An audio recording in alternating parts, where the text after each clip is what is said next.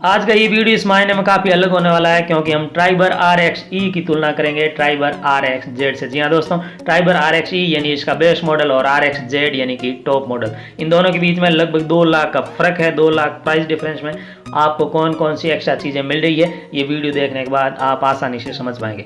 नमस्कार प्यारे मित्रों, यदि आपने अभी तक इस चैनल को सब्सक्राइब नहीं किया है तो भाई इसे सब्सक्राइब कर लें ताकि ट्राइबर और अन्य गाड़ियों से जुड़ी हुई जानकारी आप तक समय समय पर पहुँचती रहे। तो साथियों, जैसा कि आप जानते हैं ट्राइबर एक 7 सीटर MPV है जो सब 4 मीटर SUV की तरह दिखती है, यानी एक शानदार गाड़ी है।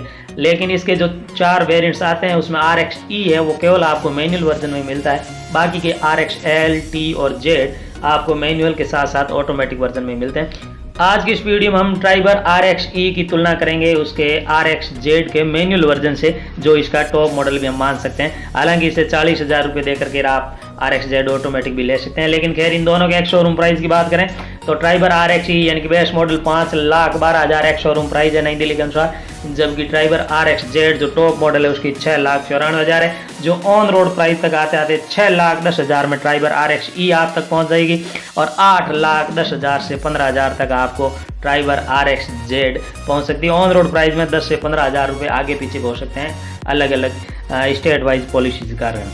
खैर, तो यहाँ हम देखते हैं कि मोटा मोटी ये 2 लाख का फ़र्क है, प्राइस डिफरेंस है 2 लाख का। उसमें आपको कौन कौन सी एक्स्ट्रा चीज़ें मिलती है, इसके बेस मॉडल और इसके टॉप मॉडल में कितना फ़र्क है। क्योंकि आमतौर पर जब हम विज्ञापन देखते हैं तो उसमें ये बताया जाता है कि ट्राइबर जिसकी एक शोरूम प्राइस मात्र 5,12,000 से शुरू होती है और उसमें चीज़ें कौन कौन सी मिलती है, तब कंपनी बड़ी ही चालाकी से RX-Z के सभी फंक्शन बता देती है कि भाई ये चीज़ें आपको उसमें मिलती है। तो आज के वीडियो के पीछे उद्देश्य यही है कि आपको सही बातों का पता चलना चाहिए। RX-E वास्तव में जो है वो बेस मॉडल है, उससे RX-Z कितना अलग है, इस पर हम चर्चा करेंगे। तो साथियों, सबसे पहले बात करते हैं इंजन की। तो इंजन जैसा कि आप जानते हैं ट्राइबर RX-E और RX-Z में कोई भी किसी भी प्रकार का फ़र्क नहीं, कोई अंतर नहीं, कोई डिफरेंस नहीं, इंजन सेम है। इंजन की बात करें तो आपको ट्राइबर जो कि 7 सीटर MPV है उसमें 1.0 लीटर का पेट्रोल इंजन मिलता है 999 सीसी का, जो 71 bhp का पावर जनरेट करता है और 96 Nm का टॉर्क जनरेट करता है। और ये दोनों में ही सेम है RX-Z और RX-E में, यानी कि बेस मॉडल और टॉप मॉडल में इंजन के मामले में कोई फ़र्क नहीं है। हालांकि फ्यूल या परफॉर्मेंस या माइलेज की बात करें तो उसमें भी कोई फ़र्क नहीं है, क्योंकि ये जो इंजन है, क्योंकि सेम इंजन है तो माइलेज भी लगभग एक समान है। जब इसका BS4 इंजन था, BS4 भारत स्टेज 4 जिसको हम कह सकते हैं, वो तब तक इसका माइलेज 20 kmpl कंपनी क्लेम करती थी। लेकिन जब इसको BS6 में कन्वर्ट कर दिया गया तब इसका माइलेज 19 kmpl का क्लेम करती कंपनी। 19 का माइलेज कंपनी के अनुसार ये ट्राइबर आपको देगी, चाहे वो आप ट्राइबर RX-E खरीदें या आप ट्राइबर RX-Z खरीदें। हालांकि RX-L, T या Z के ऑटोमेटिक वर्जन खरीदेंगे तब माइलेज में आपको 18.2 kmpl का माइलेज ये गाड़ी देगी, ऐसा कंपनी क्लेम कर रही है। हालांकि वास्तविक माइलेज कितना देता है, यदि आप ट्राइबर के मालिक है, ओनर है, तो आप बेहतर जानते होंगे। कमेंट बॉक्स में अवश्य बताएं कि वास्तव में ये ट्राइबर कितना माइलेज दे पाती है। खैर, तो हम देखते हैं कि इंजन, फ्यूल, माइलेज वगैरह के मामले में ये गाड़ी, इसमें कोई फ़र्क नहीं है। साथ ही साथ यदि सस्पेंशन की बात करें, स्टीयरिंग की बात करें या ब्रेक्स की बात करें तो उनमें भी कोई तरह का अंतर नहीं है। ये गाड़ी जैसी RX-E है वैसी ही RX-Z ही है। हालांकि व्हील साइज़ की बात करें तो यहाँ, जिसकी हम आगे भी बात करेंगे, व्हील साइज़ 14 इंच का मिलता है आपको RX-E में, जबकि 15 इंच का व्हील साइज़ मिलता है RX-Z में, यानी कि टायर बड़े मिलेंगे आपको RX-Z में। खैर, डायमेंशन की बात करें तो उसमें भी कोई प्रकार का चेंज नहीं है, कोई प्रकार का डिफरेंस नहीं है। चेंज का मतलब जैसे मान लीजिए लंबाई, चौड़ाई, ऊंचाई सब समान है। लंबाई की बात करें 3,995 mm, चौड़ाई की बात करें 1,739 mm, ऊंचाई की बात करें 1,643 mm। सभी आपको RX-E लें या अन्य वेरिएंट्स लें, RX-Z लें, टॉप में मॉडल लें, कोई भी प्रकार का इसमें फ़र्क नहीं होगा, यानी कि डायमेंशन पूरी तरह से एक समान है। हालांकि बूट स्पेस की बात करें तो उसमें भी किसी प्रकार का फ़र्क नहीं है। आपको 84 लीटर का बूट स्पेस मिलता है विद 7 सीट, लेकिन आप इसे 5 सीटर के रूप में यूज़ करते हैं और पिछली 2 सीटें यानी कि एक रो हटा देते हैं तो आपको 625 लीटर का बूट स्पेस मिलेगा। और ये दोनों में एक समान है। सीटें हटाने का तरीका मैनुअल है, दोनों को आप अपने हाथों से कोशिश करके उन्हें हटा सकते हैं, यानी कि टॉप मॉडल और RX-E बेस मॉडल में किसी प्रकार का फ़र्क नहीं है। अब साथियों, जिस प्रकार से आप देखते हैं कि किसी भी गाड़ी के जो अलग अलग वेरिएंट्स होते हैं उसमें जो मुख्य अंतर होता है, जो प्राइस को कहीं ना कहीं जस्टिफाई करता है वो होते हैं उसका कंफर्ट और कन्वीनियंस की बात करें तो बहुत सारे अंतर हमें देखने को मिलेंगे, यानी कि गाड़ी में सुविधा ज़्यादा मिलेगी आप यदि ऊपर का वेरिएंट खरीदते हैं तो RX-Z में RX-E से काफ़ी ज़्यादा आपको जो है वो फीचर्स मिल जाएंगे। तो उनमें मुख्य कौन कौन से फीचर्स हैं जो आपको RX-Z में मिलेंगे। हालांकि कॉमन फीचर्स की मैं बात नहीं करूँगा, पावर स्टीयरिंग वगैरह जो नॉर्मल चीज़ें होती है वो सब दोनों ही गाड़ियों में, लेकिन RX-Z में एक्स्ट्रा कौन से फीचर्स हैं उसकी बात करें तो उसमें काफ़ी फीचर्स आपको एक्स्ट्रा मिलेंगे, जिसमें रियर में यदि पावर विंडो चाहिए, RX-E में केवल फ्रंट के पावर विंडो है पावर विंडो, बाकी रियर में यदि आपको पावर विंडो चाहिए तो आपको RX-Z की तरफ जाना चाहिए। साथ ही साथ vanity mirror, rear reading lamps, rear के एसी वेंट्स, नेविगेशन सिस्टम, ये सब चीज़ें आपको जो है वो RX-Z में मिल जाती हैं। हालांकि इनमें से बहुत सारी चीज़ें आपको इससे जस्ट RX-E से जस्ट ऊपर के वेरिएंट्स यानी कि RX-L में भी मिल सकती, जिसमें रियर के एस इवेंट्स जैसे इंपॉर्टेंट फीचर्स भी शामिल है। साथ ही साथ smart access card entry, engine start stop button, cool glove box, adjustable steering या कीलेस एंट्री की बात करें तो ये भी आपको RX-Z में मिलते हैं। RX-E क्योंकि बेस मॉडल है ये फीचर्स उसमें नहीं मिलते हैं। RX-Z में आपको एडजस्टेबल स्टीयरिंग मिलती है, यानी कि आप स्टीयरिंग को ऊपर नीचे अपनी हाइट या सीटिंग कैपेसिटी के अनुसार उसको एडजस्ट कर सकते हैं। लेकिन RX-E जो कि बेस मॉडल है उसमें आपको सीटिंग ये जो स्टीयरिंग है वो फिक्स आएगी, उसमें आप किसी भी प्रकार का बदलाव नहीं कर सकते।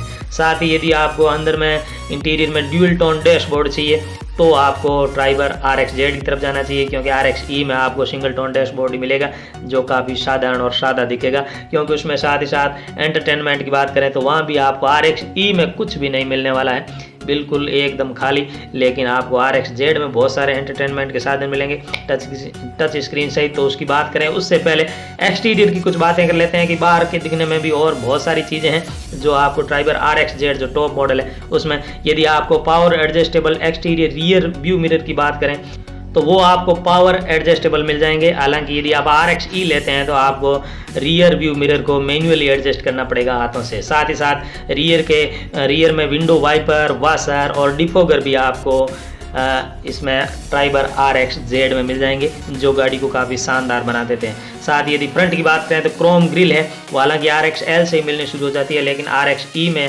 क्रोम ग्रिल नहीं मिलती है जो RX-Z में मिलनी। साथ ही साथ LED DRS मिलते हैं, और गाड़ी के लुक में यदि चार चांद लगाने में जो महत्वपूर्ण भूमिका निभाता है वो किसी भी गाड़ी की रूफ रेल होती है। तो रूफ रेल की बात करें तो वो आपको RX-Z में मिल जाएगी, RX-E में नहीं मिलेगी। हालांकि यदि आप RX-E में आफ्टर मार्केट रूफ रेल लगाना चाहेंगे तो वो आसानी से आपको अवेलेबल हो जाएगी, 4 से 5 हज़ार रुपये में रूफ रेल हम लगा सकते हैं। खैर, एक जो सबसे ज़्यादा डिफरेंस है दोनों में वो है इसके टायर की साइज़। जी हाँ दोस्तों, इस टायर के साइज़ की वजह से RX-Z काफ़ी स्पोर्ट्सी लुक और काफ़ी SUV टाइप दिखती है। हालांकि RX-E भी काफ़ी शानदार दिखती है, लेकिन फिर भी हम मान सकते हैं कि टायर की जो साइज़ है RX-E में 165/80 के टायर मिलेंगे, जबकि RX-Z में 185/65 के टायर मिलते हैं। यानी हम ये मान सकते हैं कि RX-Z के टायर बड़े होने के साथ साथ चौड़े भी ज़्यादा मिलेंगे आपको, RX-E की तुलना में काफ़ी बड़े टायर मिल सकते हैं। सेफ्टी फीचर्स की बात करें तो उसमें भी काफ़ी दोनों में डिफरेंस है, काफ़ी फ़र्क है जो इसके प्राइस को काफ़ी जस्टिफाई करते हैं। तो सेफ्टी फीचर्स में कुछ चीज़ें कॉमन है ही है, जैसे ABS, EBD, child safety lock, speed alert वगैरह मिलते हैं। लेकिन इसके साथ यदि आपको सेंट्रल लॉकिंग चाहिए तो सेंट्रल लॉकिंग सिस्टम आपको RX-Z टॉप मॉडल में आसानी से मिल जाता है। पावर डोर लॉक्स मिल जाते हैं। साथ ही साथ day night rear view mirror की बात करें या रियर कैमरे की बात करें तो ये आपको RX-Z में मिल जाते हैं। साथ ही साथ speed sensing auto door locks भी आपको मिलता है, जिसमें स्पीड ज़्यादा बढ़ने पर सेंसर के द्वारा गाड़ी ऑटोमेटिकली लॉक हो जाती है, उसके डोर लॉक हो जाते हैं। खैर, इसके साथ यदि एयर बैग की बात करें जो सेफ्टी में सबसे ज़्यादा महत्वपूर्ण भूमिका निभाते हैं तो आपको RX-E में केवल 2 एयर बैग्स मिलते हैं फ्रंट में, यानी कि एक ड्राइवर के लिए और एक फ्रंट पैसेंजर के लिए। लेकिन RX-Z में आपको 4 एयर बैग्स मिलते हैं। 4 एयर बैग के साथ ये आपको ज़्यादा सेफ्टी फीचर्स प्रोवाइड करती है। तो कुल मिला के हम मान सकते हैं क्योंकि टॉप मॉडल है तो निश्चित तौर से कुछ एक्स्ट्रा फीचर्स तो मिलने ही मिले, लेकिन RX-Z में काफ़ी शानदार फीचर्स मिलते हैं। एंटरटेनमेंट की बात जैसा कि हमने किया, लेकिन यहाँ आपको बता दें कि स्पीकर्स आपको 4 मिलते हैं RX-Z में, लेकिन RX-E में आपको कोई स्पीकर नहीं मिलेगा। लेकिन RX-Z में आपके चारों डोर में एक स्पीकर चारों में मिल जाते हैं। साथ ही साथ आपको audio system 2D audio system के साथ साथ आपको 8 इंच का टच स्क्रीन भी उसमें मिलता है जो काफ़ी शानदार और गाड़ी के इंटीरियर को काफ़ी शानदार बना देता है। तो इस प्रकार से हम देखते हैं कि ट्राइबर RX-E से ट्राइबर RX-Z कहीं बेहतर है। आखिर हो भी क्यों ना, क्योंकि लगभग 2 लाख रुपए हम एक्स्ट्रा पे कर रहे हैं और 2 लाख रुपए बहुत ज़्यादा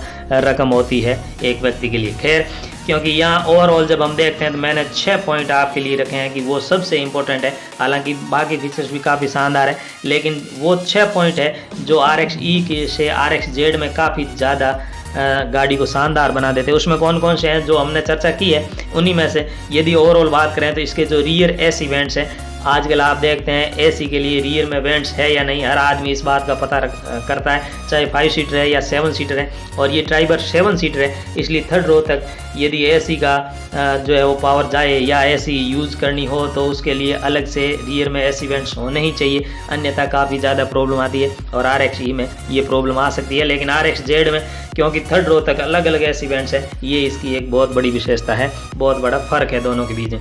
साथ ही साथ दूसरा जो चीज़ है वो है इसका टच स्क्रीन। जैसा कि हम देखते हैं इंटीरियर में टच स्क्रीन के बिना डैशबोर्ड बिल्कुल सादा लगता है और गाड़ी में बैठते ही ऐसा लगता है कोई एक बिल्कुल साधारण गाड़ी में बैठ गए। तो टच स्क्रीन कहीं ना कहीं गाड़ी में सुविधाओं के साथ साथ गाड़ी के लुक को भी, इंटीरियर को भी काफ़ी प्रभावी बना देती है। तो आपको RX-Z में 8 इंच की शानदार टच स्क्रीन मिल जाती है, ये भी एक बहुत बड़ा फ़र्क है RX-E और RX-Z है। तीसरी बात करें तो वो एक्सटीरियर में इसके टायर की साइज़ है, यानी कि टायर यदि हम RX-E और RX-Z की तुलना करें तो दोनों में काफ़ी फ़र्क है और RX-Z के टायर काफ़ी बड़े होने के साथ साथ चौड़े भी ज़्यादा है, जो इसके लुक को शानदार बनाते हैं और ये एक SUV की तरह लगती है। चौथा यदि पॉइंट उसकी बात करें जो मैंने पसंद किया वो है इसका कूल ग्लोब बॉक्स होना। आजकल ग्लोब बॉक्स कूलिंग की बात भी बहुत की जाती है और लोग इस बात का भी ध्यान रखते हैं कि ग्लोब बॉक्स कूल है या नहीं है। तो यहाँ आपको RX-Z में कूल ग्लोब बॉक्स मिलते हैं। हालांकि आपको बता दें जानकारी के लिए, इसका जो RX-E से ऊपर का वेरिएंट है RX-L, उसमें भी आपको कूल ग्लोब बॉक्स मिल ही जाता है। खैर इसके साथ ही पांचवा जो पॉइंट है वो है इसका सेंटर लॉकिंग सिस्टम। इसके बिना गाड़ी जो है बेहद सादी लगती है, इसलिए सेंटर लॉकिंग सिस्टम RX-Z का इसे RX-E से काफ़ी आगे ले जाके खड़ा कर देता है। हालांकि इसका अगला पॉइंट ज़्यादा महत्वपूर्ण तो नहीं है, लेकिन गाड़ी के लुक को लेकर के वो काफ़ी महत्वपूर्ण भूमिका निभाता है, इसलिए मैंने उसे भी महत्वपूर्ण पॉइंट में शामिल किया। वो है इसका रूफ रेल। हालांकि 4 से 5 हज़ार में आप इसके RX-E में भी लगा सकते हैं, लेकिन RX-Z का रूफ रेल है वो इसे दिखने में काफ़ी शानदार और ट्राइबर RX-E से काफ़ी अलग खड़ा कर देता है। तो इस प्रकार से साथियों हम मान सकते हैं कि ट्राइबर RX-E और RX-Z में बहुत ज़्यादा फ़र्क है। हालांकि इस वीडियो पर आप ये कमेंट भी कर सकते हैं कि RX-E और Z का कोई मेल नहीं है, इसकी तुलना करने का कोई तुक नहीं है। सही बात है आपकी, लेकिन फिर भी क्योंकि RX-E और RX-L में कन्फ्यूज़न रहता है या RX-LT या T और Z में कन्फ्यूज़न रहता है, लेकिन क्योंकि RX-L एक बेस मॉडल है और कंपनी इसी की प्राइस को ज़्यादा जो है प्रचारित करती है कि देखिए ट्राइबर आपको सिर्फ 5,12,000 मिलती है और उसमें फीचर्स कौन से होते हैं, यही सब फीचर्स आपको बताए जाते हैं जो RX-Z में जो वास्तव में 8 लाख से ज़्यादा कीमत में आती है। खैर एक प्रयास था इन दोनों गाड़ियों के अंतर को आपको समझाने का। आशा है आपको ये वीडियो पसंद आया होगा। जाते जाते इस चैनल को सब्सक्राइब अवश्य करें। आप सबका दिन शुभ हो। Thank you.